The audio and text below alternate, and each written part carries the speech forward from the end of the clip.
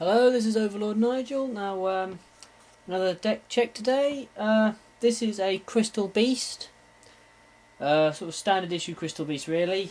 I have monster-wise 2 Rainbow Dragons. Now, the reason I run 2 instead of packing 3 is because if I have 3, I tend to find I dead draw them and get them too soon. I mean, having lots at the end of a battle is very useful, but having them at the beginning isn't much help. Obviously, I've got multiples of each type. The reason I only have 2 Crystal Beast Cobalt Eagles and Amethyst Cat, or Ruby Carbuncle, sorry, is because their effects, while useful, aren't as useful as, say, Sapphire Pegasus, Topaz Tiger. So I tend to have just a little bit less, otherwise the deck becomes too monster heavy and not much else. I've also got a Hamon Lord of Striking Thunder, again very useful for getting cards off the field into the spell and trap card zone. Spell card wides,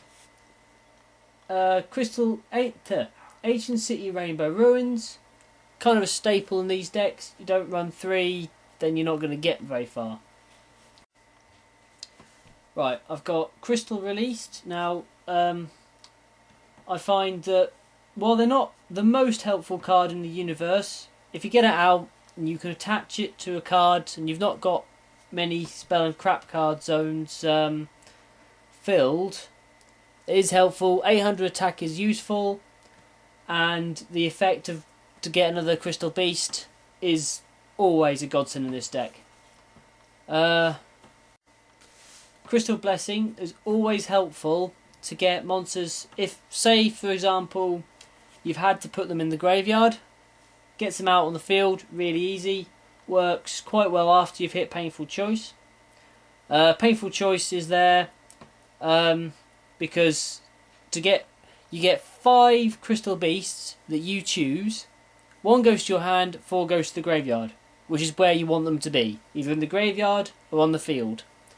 And that also means that if you've got a couple of Crystal Beasts in different Crystal Beasts in your hand, you go, right, I'll pick all the ones I don't have, and they're gone. Then you just play as many cards as you can and just gets them out faster, really. Now, Crystal Abundance, sort of a end-game get-out-of-trouble plan. Now, for those who don't know, what Crystal Abundance does is if you've got 4 Crystal Beasts in your spell and trap card zone, you play that, practically wipes the field clean, and then you put Crystal Beasts onto your field, which can then attack. Obviously, that's a very useful thing. Crystal Beacon, draw power, gets Crystal Beasts out of your deck into your hand where you can use them. Crystal Vergeki, going on to track. Oh, almost missed. Crystal Promise. Well.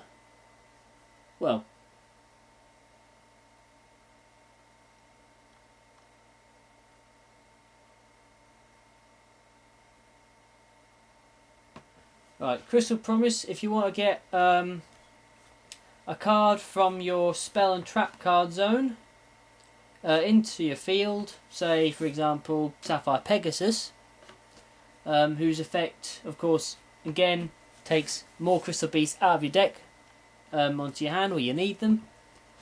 It's quite useful. Now if we go to traps, Crystal Regeki, basically destroy 1 spell trap card Crystal Beast, destroy one of their monsters. Always helpful if they pull out a big scary monster.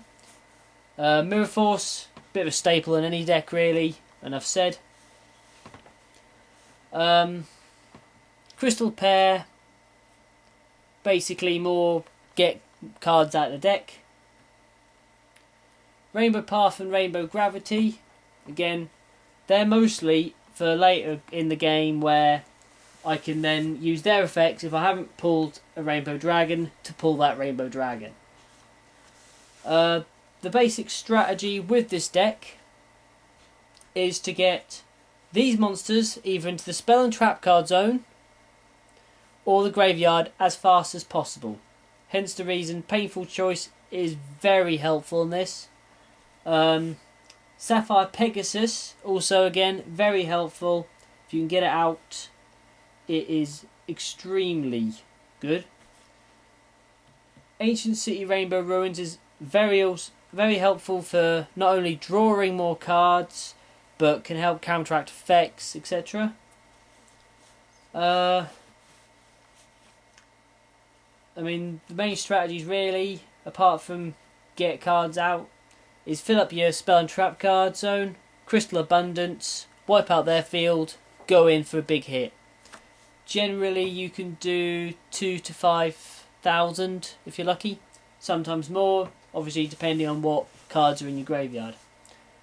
That's about it really. I hope you enjoyed the video and hope to make another one soon.